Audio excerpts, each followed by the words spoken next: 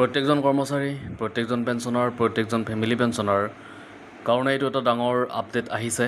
এই আপডেটটোত আপোনালোকে দেখিবলৈ পাব NCACM-ৰ সৈতে কেন্দ্ৰীয় চৰকাৰৰ মিটিং হৈছে আৰু মিটিংখনত কি কথা আলোচনা হৈছে সেইখিনি কথা আমি আলোচনা কৰিবলৈ চেষ্টা কৰিম।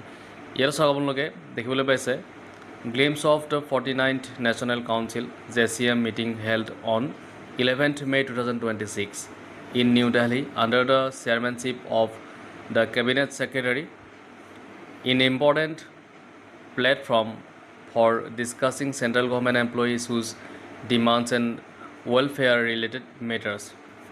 এতিয়া ইয়াতে যি এমপ্লয়মেণ্ট ইছ্যুজ ডিমাণ্ড বা ৱেলফেয়াৰ মেটাৰ্ছ আছে সেইখিনি কথা আমি আলোচনা কৰিম। কথা হৈছে যি 49th নেশ্যনেল কাউন্সিল 49 মিটিংখন আপোনাৰ নেশ্যনেল কাউন্সিল NCACM-ৰ সৈতে কেবিনেট ছেক্ৰেটাৰীৰ মিটিংখন হৈ গৈছে অলৰেডি 11th of May 2026-ত আৰু ইয়াতে বহুত ইম্পৰ্টেণ্ট কথা ডিছকাশ্যন কৰা হৈছে আৰু সেই ডিছকাশ্যনবিলাক কি সেইখিনি কথা আমি চাম। আচলতে খুবেই গুৰুত্বপূৰ্ণ মিটিং হয় এখন। আমি কি মিটিঙত আলোচনা হ'ব পাৰে সেইখিনি কথা আমি চাবলৈ চেষ্টা কৰিছোঁ।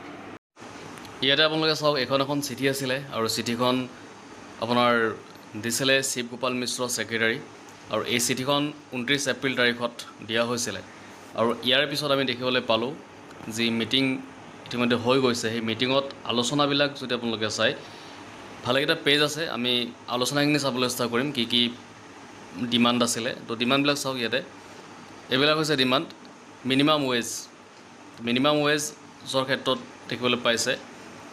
তাৰপিছত আহিলে আপোনাৰ ফিটমেণ্ট ফেক্টৰৰ ওপৰত যিটো আপোনাৰ মিনিমাম পে ফ্ৰম 18,000 টকাটো বাঢ়ি পেলাই 69,000 টকা কৰিব লাগে বুলি ইয়াতে কোৱা হৈছে। 3.83 ফিটমেণ্ট ফেক্টৰ ধৰিবলৈ ডিমাণ্ড ইয়াতে ৰখা হৈছে।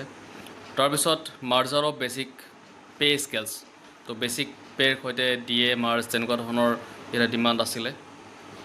তাৰপিছত আহিলে ৰেট অফ ইনক্ৰিমেণ্ট, যিটো ইনক্ৰিমেণ্ট থাকে 3% আছে এতিয়া আৰু সেইটো 6%লৈকে বঢ়াৰ কাৰণে ইয়াত ডিমাণ্ড ৰখা হৈছিলে।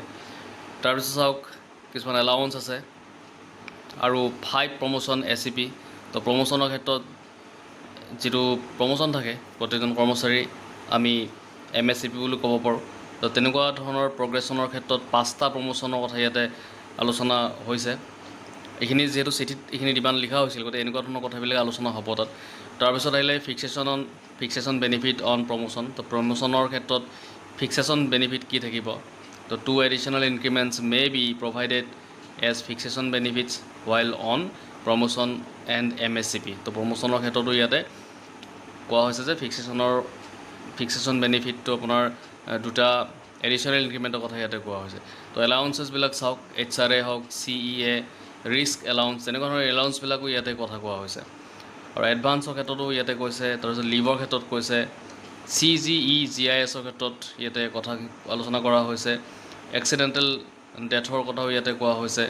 তাৰপিছত কম্পেনচেটেড এপইণ্টমেণ্টৰ কথাও ইয়াতে কোৱা হৈছে।